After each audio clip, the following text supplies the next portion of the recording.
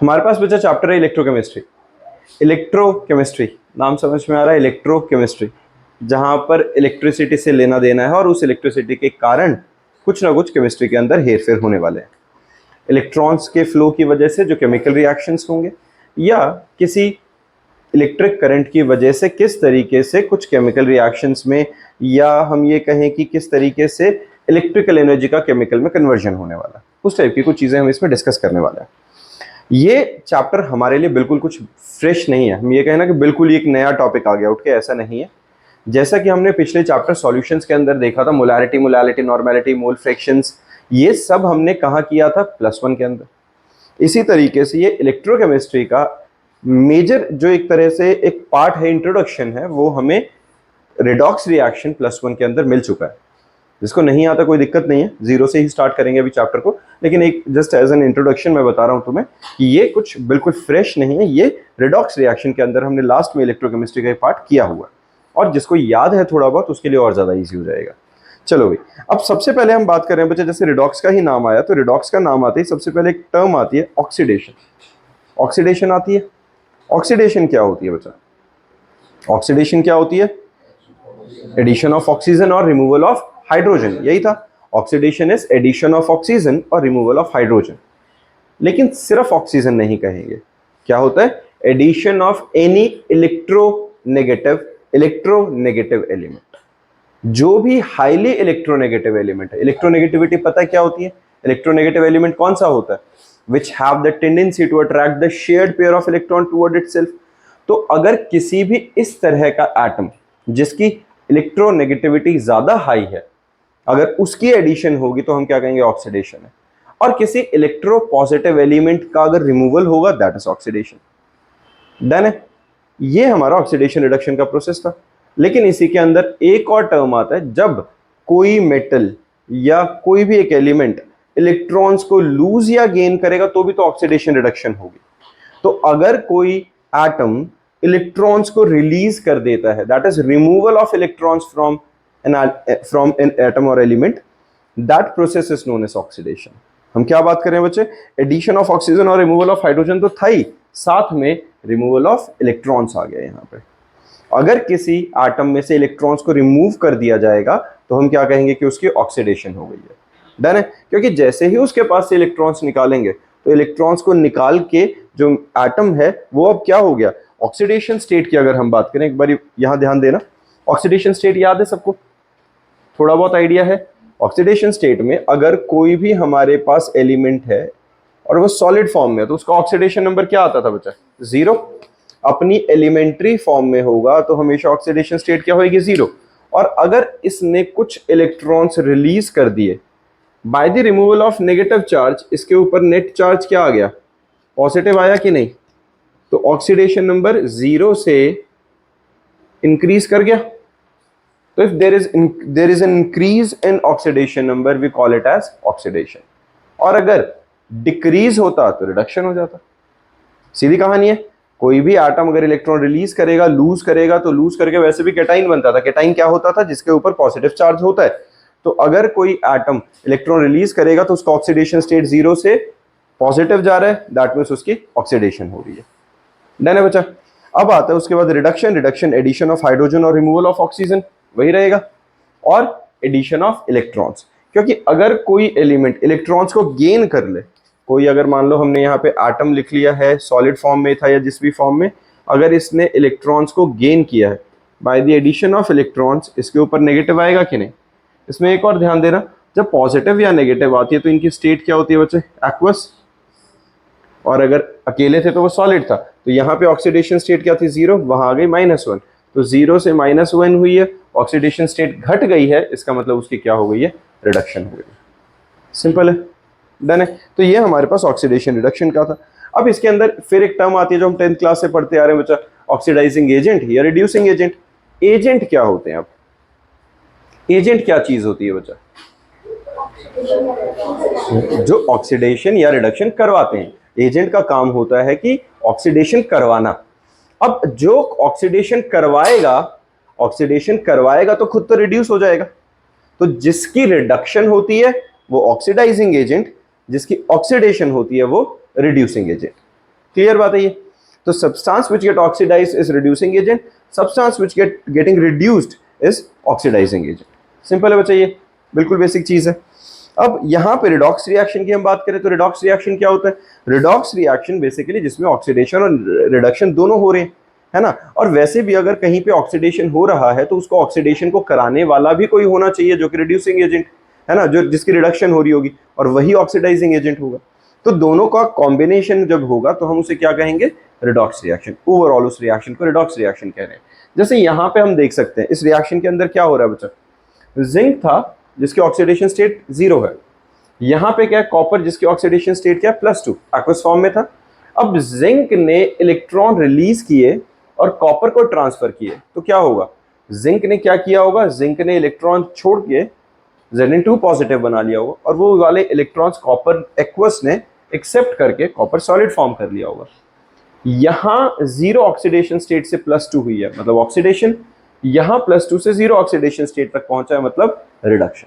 तो जिंक की ऑक्सीडेशन और कॉपर की रिडक्शन हुई कि नहीं? किसी को दिक्कत नहीं है? तो यहाँ पे zinc plus copper 2 positive gives Zn2 positive plus copper. ये loss of 2 electrons oxidation, gain of 2 electron reduction. किसी को परेशानी? बिल्कुल बेसिक चल रहा है, कुछ बहुत टफ नहीं है अभी, ठीक है बच्चा। अब इसके बाद आता है मेटालिक और इलेक्ट्रॉनिक कंडक्टर्स। मेटालिक और इलेक्ट्रॉनिक कंडक्टर्स क्या है? देखो कंडक्टर्स के बारे में अपने को थोड़ा सा तो आइडिया है। कंडक्टर्स क्या होते हैं? Something which allow the passage of electric current through them. तो कोई भी ऐसी चीज जो अपने अंदर से करंट को जाने देगी उसको हम कंडक्टर्स कह रहे हैं। तो दो तरह के कंडक्टर, एक मेटालिक आ गया और एक हमारे पास आता है मेटालिक या इलेक्ट्रॉनिक तो सेम है, या एक हमारे पास आता है इलेक्ट्रोलाइट्स। अब मेटालिक कंडक्टर के बारे में बात करें, नॉर्मल कंडक्टर्स हमारे पास गोल्ड है, आयरन है, सिल्वर है, कॉपर है, जितने भी metals which are good conductor of electricity, तो वो सारे के सारे मेटालिक या इलेक्ट्रॉनिक कंडक्टर्स कहलाते हैं। वो सारे क्या होंगे बच्चा? वो सारे मेटालिक और इलेक्ट्रॉनिक कंडक्टर्स कहलाएंगे। तो metallic conduction is carried out by the movement of electrons, it does not involve any transfer of electrons, है ना। ये पता है कि इलेक्ट्रॉन्स का सिर्फ मूवमेंट है, ट्रांसफर ऑफ इलेक्ट्रॉन नहीं है। अगर यहाँ पे मेरे पास एक कॉपर वायर है और मैं उसके अंदर से कॉन्टिन्यूसली करंट भेजता रहूं, चाहे मैं उसके अंदर से 10 घंटे तक भेजूं, तो भी वो कोई भी इलेक्ट्रॉन लूज नहीं करेगा, सिर्फ उसके थ्रू इलेक्ट्रॉन्स का ट्रांसफर हो रहा होगा। उसके पास जितने इलेक्ट्रॉन्स पहले थे उतने ही 10 घंटे बाद रहेंगे, वो इलेक्ट्रिकली न्यूट्रल ही रहने वाला है। डन है ये। फिर metallic conduction decreases with increase in temperature. ऐसा होता क्यों है? मेटालिक कंडक्शन क्यों डिक्रीज कर रहा है? देखो मेटालिक कंडक्शन बेसिकली किस पे डिपेंड कर रहा है?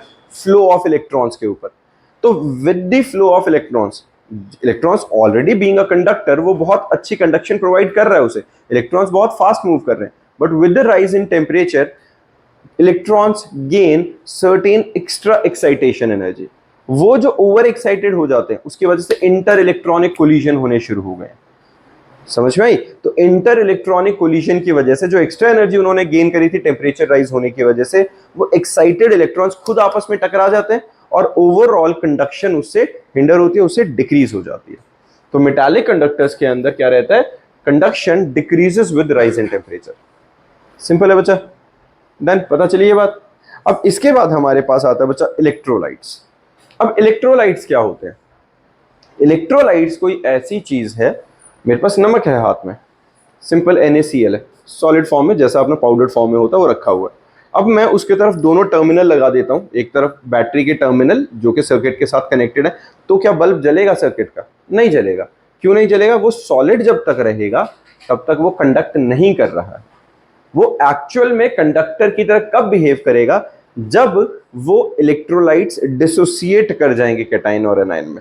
अब उसी नमक को अगर मैं पानी में डाल देता हूं और अब मैं बिजली के 2 तार उसमें डालूंगा और वो सर्किट को कंप्लीट कर रहे होंगे बल्ब और बैटरी के साथ, तो वो बल्ब ग्लो कर जाएगा। तो ऐसे में जो नमक वाला पानी है वो क्या हुआ? इलेक्ट्रोलाइटिक सॉल्यूशन, और वो इलेक्ट्रोलाइटिक कंडक्टर बन गया है हमारे पास। क्लियर बात है? इलेक्ट्रोलाइट्स और electrolytic conductors. Electrolytic conduction is carried out by the movement of ions.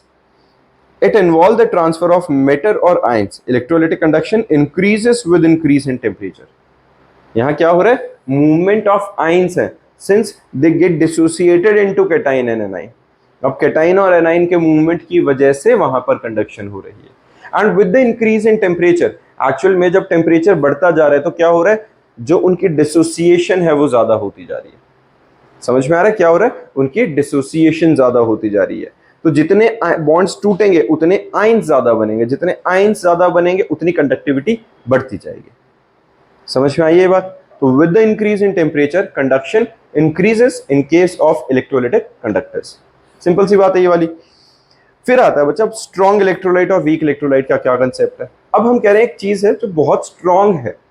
अब स्ट्रॉन्ग का मतलब यहां पर क्या है, हम स्ट्रेंथ ऑफ बॉन्ड नहीं कर रहे हैं, हम ये नहीं बात कर रहे हैं कि उनका बॉन्ड कितना स्ट्रॉन्ग है, हम बात कर रहे हैं something which can dissociate completely.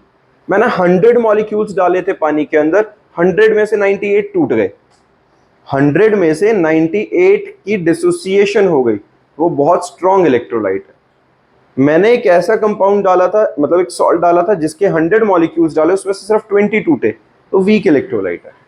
जितनी डिग्री ऑफ डिसोसिएशन ज्यादा होगी, जितनी बॉन्ड की ब्रेकेज होगी, आयंस की फॉर्मेशन ज्यादा होगी, उतना इलेक्ट्रोलाइट स्ट्रॉन्ग होता जाएगा। अपना समझ में आई है? तो स्ट्रॉन्ग इलेक्ट्रोलाइट क्या होता है बच्चा, जिसके अंदर the electrolytes which are almost completely dissociated into ions are called strong electrolytes. Done है बच्चा? फिर आता है वीक इलेक्ट्रोलाइट। वीक इलेक्ट्रोलाइट क्या होता है, the electrolytes which do not ionise completely in the solution are called weak electrolyte. जो completely ionise नहीं होंगे, जो कंप्लीटली आयनाइज नहीं होंगे वो क्या होंगे, वीक इलेक्ट्रोलाइट्स कहलाएंगे। डन है?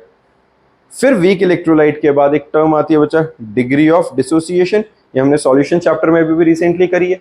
डिग्री ऑफ डिसोसिएशन क्या होता है, the fraction of total number of molecules of the electrolyte which ionise in the solution. यही था। अब मैंने क्या एग्जांपल दिया, मैंने 100 मॉलिक्यूल्स डाले, 98 टूट गए, तो डिग्री ऑफ डिसोसिएशन क्या आएगी, 98/100। क्लियर है? डिग्री ऑफ डिसोसिएशन की वैल्यू क्या आई, 98/100। अगर मैं 100 डाल रहा हूं और वीक इलेक्ट्रोलाइट है वो, तो 100 में से लेट अस अज्यूम सिर्फ 30 टूटे थे, तो अब डिग्री ऑफ डिसोसिएशन कितना आएगा, 30/100। सॉर्टेड है? तो जितने आयनाइज हो रहे हैं, जितने डिसोसिएट हो रहे हैं, divided by total number of molecule, that is degree of dissociation या डिग्री ऑफ आयनाइजेशन। डन है? अब इसके अंदर आता है factors affecting the electrical conductivity of electrolytic solution. अब फैक्टर्स अफेक्टिंग में सबसे पहला क्या है बच्चा, नेचर ऑफ इलेक्ट्रोलाइट। ऑब्वियस ही बात है, स्ट्रॉन्ग है या वीक है। स्ट्रॉन्ग होगा तो ज्यादा आयंस में टूटेगा, वीक होगा तो कम आयंस में टूटेगा, तो जाहिर सी बात है भाई ये उस पर तो डिपेंड करेगा ही करेगा, मतलब सीधा सा नेचर पे तो डिपेंड कर ही रहा है। नेक्स्ट है nature of solvent and it's viscosity. अब एक बात समझना जरा, इस यहाँ ना एक टर्म को समझना।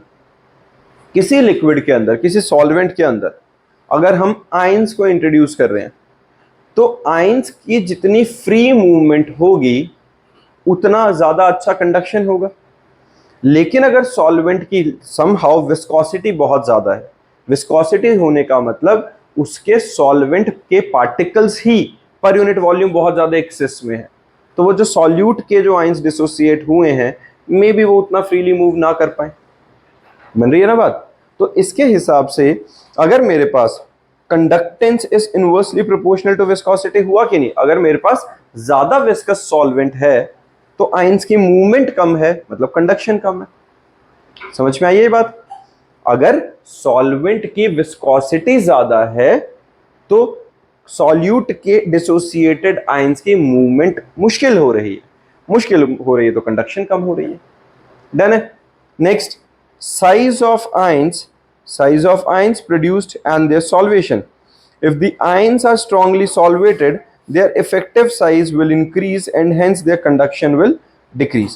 अब यहाँ पे भी सेम कहानी है भाई, ions अगर ज्यादा क्या है, if the ions are strongly solvated, अगर वो बहुत ज्यादा डिसॉल्व हो गए और उसकी कोएगुलेशन होने लग गई है, उनके आसपास दूसरे पार्टिकल्स उस पर चिपकने लग गए, तो पार्टिकल्स का साइज बढ़ता जा रहा है। फिर वही कहानी भाई, जितना पार्टिकल साइज बढ़ेगा मूवमेंट उतनी मुश्किल होती जाएगी, जितनी मूवमेंट मुश्किल होती जाएगी उतनी कंडक्शन कम होती जाएगी। किसी को दिक्कत है इसमें? डन है? फिर आता है हमारे पास concentration of electrolytic solution. Concentration of electrolytic solution में क्या रहेगा बच्चा, the conductance of electrolyte decreases with the increase in concentration, और we can say that conductance increases with the increase in dilution and decrease in concentration. जितना dilution ज्यादा होता जाएगा उतनी कंडक्शन ज़्यादा बढ़ती जाएगी। अब डाइल्यूशन से कंडक्टेंस क्यों बढ़ रही है भाई? कंडक्टेंस क्यों है? जितने आयंस ज़्यादा होंगे सॉल्यूशन में। आयंस ज़्यादा कब होंगे? अब इसका कंसेप्ट समझते हैं एक बारी। तुम्हें पता है अगर मैं सॉल्ट को वाटर में ऐड करता हूँ तो उसके बॉन्ड्स ब्रेक कर जाते हैं। उनको बॉन्ड्स को ब्रेक करने की एनर्जी कहाँ से मिलती है? सोचने वाली बात है। NaCl का बहुत स्ट्रांग है, इलेक्ट्रोलाइट था, बेसिकली इलेक्ट्रोलाइट कह रहा हूँ, अपना आयनिक बॉन्ड था, इलेक्ट्रोवैलेंट बॉन्ड था। अगर इतना स्ट्रांग बॉन्ड है तो उसको पानी में डलते ही टूटने की क्या आफत आ गई? और वो टूट गया है तो उसको तोड़ने के लिए कोई सर्टेन एनर्जी चाहिए होती होगी। वो कहाँ से मिलेगी? वो एनर्जी होती है बच्चा हाइड्रेशन एंथैल्पी। हाइड्रेशन एंथैल्पी कौन प्रोवाइड कर रहा है? सॉल्वेंट, इस केस में वाटर। तो जो सॉल्वेंट है वो एनर्जी प्रोवाइड करता है जिसकी वजह से सॉल्यूट के बॉन्ड्स ब्रेक होते हैं। अब मैं इनफाइनाइट डाइल्यूशन कर रहा हूं, मतलब एक चुटकी नमक के लिए मैंने 10 लीटर पानी ले लिया। 1 लीटर पानी इनफ था उसको सबको तोड़ने के लिए, बट फिर भी लेट अस अज्यूम सिर्फ 90% टूटते। जो 10% के लिए और एक्स्ट्रा एनर्जी चाहिए, वो 9 लीटर पानी और बचा ही है हमारे पास, वो भी एनर्जी सप्लाई कर ही रहा है। जितना ज्यादा सॉल्वेंट बढ़ता जाएगा उतना उस बॉन्ड को ब्रेक करने वाली एनर्जी ज्यादा बढ़ती जाएगी। With the infinite dilution, degree of dissociation increases, and with that increase in degree of dissociation, ions in the solution increases, and hence solubility or hence conductivity or conductance increases. बात समझ में आई है? किसी को दिक्कत बच्चा? क्लियर है ना? तो डाइल्यूशन के साथ क्या होता जाएगा? जितना डाइल्यूशन ज्यादा करते जाएंगे उतनी कंडक्टेंस इंक्रीज होती जाएगी। कंसेंट्रेशन बढ़ाने से क्यों नहीं होगी? क्योंकि कंसेंट्रेशन बढ़ाने का मतलब हुआ 1 लीटर पानी के अंदर ही बहुत सारा नमक डालते जाना। अब 1 लीटर पानी इतना ज्यादा एनर्जी नहीं दे, इतनी ज्यादा एनर्जी नहीं दे पाएगा कि वो सारे ही बहुत सारे नमक के पार्टिकल्स को डिसोसिएट कर पाए कैटाइन एनाइन में। जब वो टूटेंगे नहीं तो इसका मतलब आयंस नहीं है। आयंस नहीं है, मोबिलिटी उल्टा और हिंडर हो गई है उसकी उन ज्यादा अमाउंट ऑफ सॉल्यूट होने की वजह से। तो ओवरऑल कंडक्टिविटी डिक्रीज कर जाती है, कंडक्टेंस डिक्रीज कर जाती है। डन है बच्चा? चलो फिर है टेम्परेचर। टेम्परेचर के केस में क्या होगा? With increase in temperature the conductivity of electrolyte increases due to increase in interaction between ions. ये क्या है? अब जितना मैं टेम्परेचर बढ़ाता जाऊंगा तो सीधी बात है भाई, पहली बात तो टेम्परेचर बढ़ाने से क्या होगा? बॉन्ड वैसे ही वीक हो रहे हैं। जितना टेम्परेचर बढ़ाएंगे उतना कैटाइन आयन का डिसोसिएशन आसान हो गया, उतना ही आयंस की मोबिलिटी आसान हो गई है। तो जितना ऐसा होता जाएगा कंडक्टिविटी अपने आप इंक्रीज करती जाएगी। किसी बच्चे को यहां तक प्रॉब्लम? ठीक है। अब हमारे पास आता है बच्चा इलेक्ट्रोलिटिक कंडक्शन। इलेक्ट्रोलिटिक कंडक्शन में, या इलेक्ट्रोलिटिक कंडक्शन हमने जो अभी डिस्कस किया उसी के आगे ही है, कुछ बहुत अलग नहीं है, बट अब हम न्यूमेरिकली देखेंगे उसे। तो इलेक्ट्रोलिटिक कंडक्शन के अंदर हमारे पास क्या आएगा बच्चा? The power of electrolytes to conduct electric current is termed as conductivity और कंडक्टेंस। क्या है? किसी इलेक्ट्रोलाइट की कंडक्ट करने की क्षमता को, कंडक्ट करने की क्षमता मतलब इलेक्ट्रिसिटी को अपने अंदर से फ्लो कराने की क्षमता को हम क्या कहते हैं? कंडक्टेंस और कंडक्टिविटी। किसी बच्चे को परेशानी इसमें? ठीक है ना? ये समझ में आ गया। अब हमारे पास क्या है? Ohm's law. पता है बच्चे सबको Ohm's law? I is directly proportional to V. I क्या था? करंट। वी क्या था? Potential difference. और V is equal to I R. Proportionality का साइन हटाने के लिए हम कांस्टेंट इंट्रोड्यूस करते हैं, जो हमारे पास क्या होता था? रेजिस्टेंस। और वो रेजिस्टेंस की यूनिट क्या थी? ओम्स। उसकी और उसको क्या लिखेंगे? KG metre cube by siemens cube पर एम्पियर स्क्वायर। ये हमारे पास हमने ये फिजिक्स के अंदर, करंट इलेक्ट्रिसिटी के अंदर हम इस आर को फिर से डेराइव करके भी देखेंगे। यहाँ ये कैसे आता है बच्चे? साइमन होता है, ये कंडक्टिविटी की यूनिट होती है। ठीक है, ये हम फिजिक्स के अंदर करंट इलेक्ट्रिसिटी चैप्टर में डेराइव करेंगे, तब तुम्हें क्लियरली दिख जाएगा। अभी हमारे पास क्या है? V is equal to I R. R resistance है, समझ में आ गया? ये 10th वाला ही चल रहा है। रेजिस्टिविटी के साथ अगर हम रिलेट करते हैं, हमें पता है resistance is directly proportional to length, inversely proportional to cross sectional area. Proportionality का साइन हटाने के लिए कांस्टेंट इंट्रोड्यूस करते हैं, जिसको कहते हैं रेजिस्टिविटी। रेजिस्टिविटी या स्पेसिफिक रेजिस्टेंस, और यहाँ से रेजिस्टेंस की वैल्यू, स्पेसिफिक रेजिस्टेंस की वैल्यू क्या आएगी? RA/L। और यूनिट क्या आती है बच्चा? ओम सेंटीमीटर। यही रहेगा, सिंपल है। अब इसके बाद आता है कंडक्टेंस। कंडक्टेंस क्या होती है बच्चा? रेजिस्टेंस की रेसिप्रोकल। कंडक्टेंस क्या है? रेजिस्टेंस की रेसिप्रोकल। इसकी यूनिट क्या होगी? ओम इनवर्स या MH। उसकी OHM थी, इसकी MHO हो जाती है, डन है, या सीधा याद रखो ओम इनवर्स। ऐसे ही कंडक्टिविटी आएगी। कंडक्टिविटी क्या है बच्चा? रेजिस्टेंस का रेसिप्रोकल कंडक्टेंस, रेजिस्टिविटी का रेसिप्रोकल कंडक्टिविटी। ठीक है, रेजिस्टिविटी का रेसिप्रोकल कंडक्टिविटी, डन है। कंडक्टिविटी किसका रेसिप्रोकल है? रेजिस्टिविटी का। कंडक्टेंस किसका रेसिप्रोकल था? रेजिस्टेंस का, डन है। तो इसकी यूनिट क्या आएगी? ओम इनवर्स पर सेंटीमीटर, या ओम इनवर्स पर सेंटीमीटर ऐसे लिख दिए, डन है, सीधी बात है बच्चा। फिर आता है मोलर कंडक्टिविटी। ये फॉर्मूलाज लिखते रहेंगे बच्चा सारे। मोलर कंडक्टिविटी और मोलर कंडक्टेंस, इसको रिप्रेजेंट किससे करते हैं? लैम्डा से। ये जो ट्रायंगल जैसा सा नीचे के बिना बेस वाला ट्रायंगल, ये लैम्डा ही होता है। ये मोलर कंडक्टिविटी के लिए इसके पैरों में हमने m लगाया। तो molar conductivity is given by conductivity divided bye c। c हमारे पास क्या रहता है बच्चा? कंसेंट्रेशन। ये क्या है? Molar conductivity is equal to conductivity divided by concentration of the solution. The conducting power of all the ions producing 1 mole of electrolyte in the solution is known as molar conductivity। 1 mole of ions जितनी conductance provide करेंगे, जितनी power of conductance poses करेंगे, उसको हम क्या कहते हैं? Molar conductivity. Formula क्या लिखें? Lambda m is equal to k into 1000 by m। m क्या है हमारे पास? मोलारिटी, डन है। मैंने c की वैल्यू डाल दी। c क्या है? कंसेंट्रेशन। उसको मैंने मोलारिटी के टर्म्स में लिख दिया, इंटू 1000 कर दिया, डन है। ये बात समझ में आई ना? फॉर्मूला क्लियर है? k into 1000 by molarity. Unit क्या आएगी? s सेंटीमीटर स्क्वायर पर मोल, डन है। s क्या रहेगा? साइमन, जो हमारे पास किसके लिए होता है? कंडक्टिविटी। ये कंडक्टेंस की यूनिट होती है जो हमारे पास। अब है इक्विवेलेंट कंडक्टेंस। इक्विवेलेंट कंडक्टेंस का फॉर्मूला क्या आएगा? k into 1000 by c equivalent. c equivalent क्या है बच्चा? Concentration in gram equivalent per litre, या फिर नॉर्मेलिटी। ठीक है, ये हमारे पास concentration in gram equivalent per litre होता है, जो C इक्विवेलेंट होता है। क्लियर है? सबने ये फॉर्मूलाज लिख लिए साथ के साथ।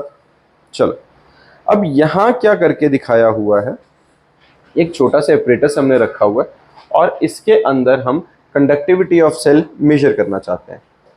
इस एपरेटस में अगर तुम ध्यान से देखो, हमने किया क्या हुआ है बच्चा? यहां पे अपने पास है,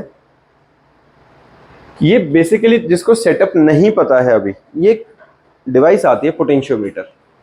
ये क्या है? करंट इलेक्ट्रिसिटी ही एक चैप्टर आएगा अपना जो फिजिक्स के अंदर, उसके अंदर हम पोटेंशियोमीटर, व्हीटस्टोन ब्रिज, ये सब पढ़ेंगे, और ये उसी की एप्लीकेशन भी है। मैंने यहाँ साइड में ये व्हीटस्टोन ब्रिज बनाया भी हुआ है।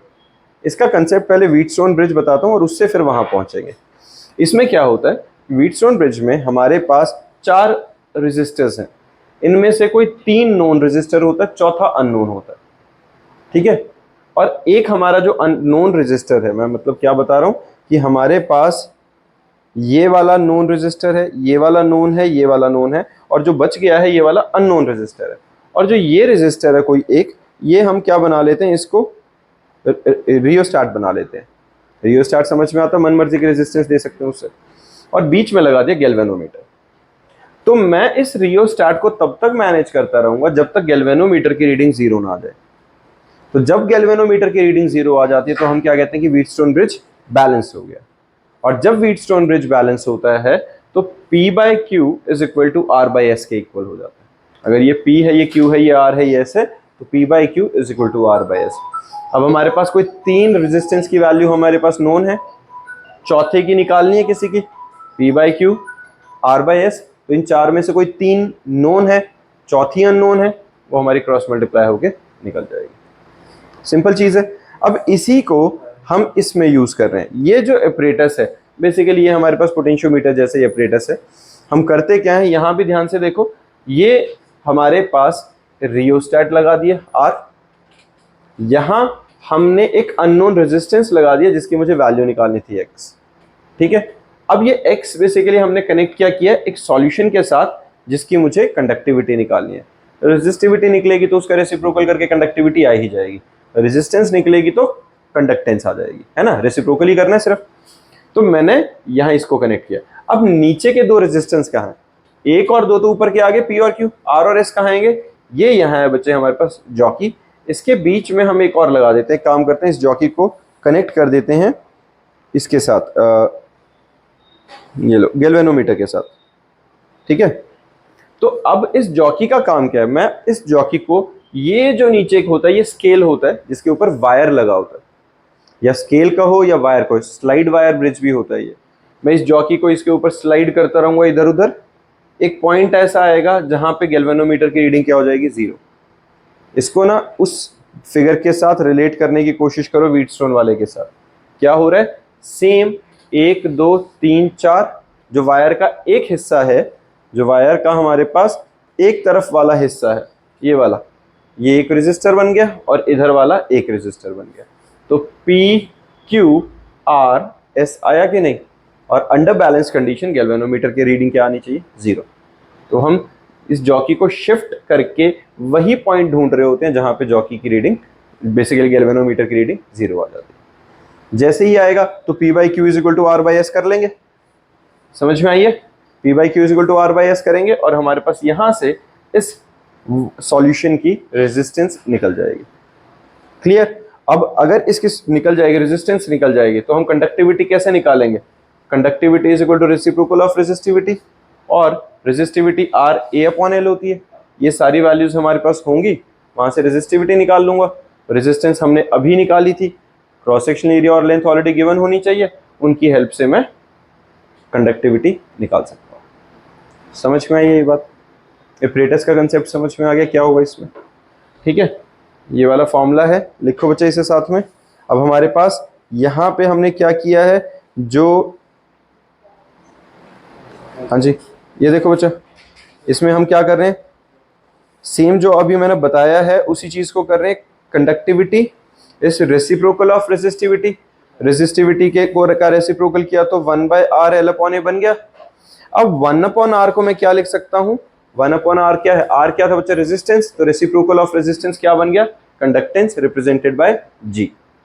और यहां एक आ गया है L, अब L by A, L by A को मैं लिख सकता हूं G स्टार। G स्टार हमारे पास क्या होता है, सेल कांस्टेंट।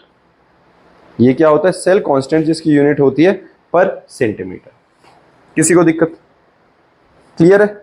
तो G स्टार हमारे पास क्या आ गया, सेल कांस्टेंट। G क्या था, कंडक्टेंस, तो हमारे पास कंडक्टिविटी क्या निकल गई है, conductance times cell constant. Done है, क्लियर है। और सेल कांस्टेंट किसके इक्वल हो सकता है, conductivity divided by conductance. Sorted है बच्चा, किसी को परेशानी तो नहीं है इसमें। इसी के बेसिस पे हमारे ये न्यूमेरिकल्स हैं जो अभी हम प्रैक्टिस कर लेंगे। करने शुरू करो, फिर डाउट्स के साथ मिलते हैं।